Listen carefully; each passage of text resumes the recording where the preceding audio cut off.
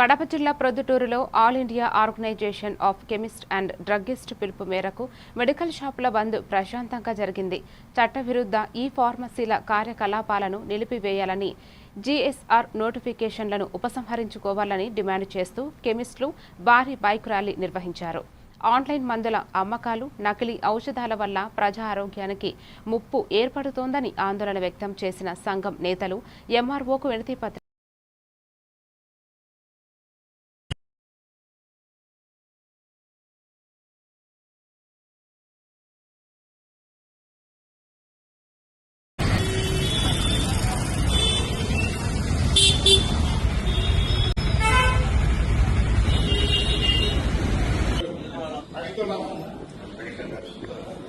అన్ని మెడికల్ షాపులు బంద్ పాటిస్తున్నాము.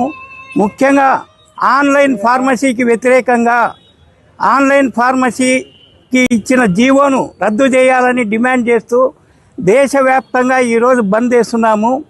ఈ బంద్ను విజయవంతంగా చేయడానికి మాకు medical wholesale association, retail medical wholesale association, medical TCD franchisee association, NRX మందులు మామూలు మెడికల్ షాపుల్లో విక్రయించాలంటే ఔషధ నియంత్రణ శాఖ అధికారులు విపరీతమైన ఒత్తిడి ఉంటుంది, తనిఖీలు ఉంటాయి.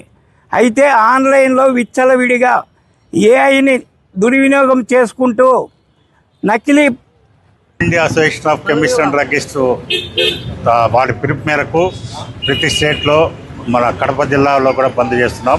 బంద్ని మేము సాయంత్రం 5 గంటల వరకు అన్ని షాపులు మూసివేస్తూ మా యొక్క నిరసనను గవర్నమెంట్కి తెలియజేస్తున్నాం.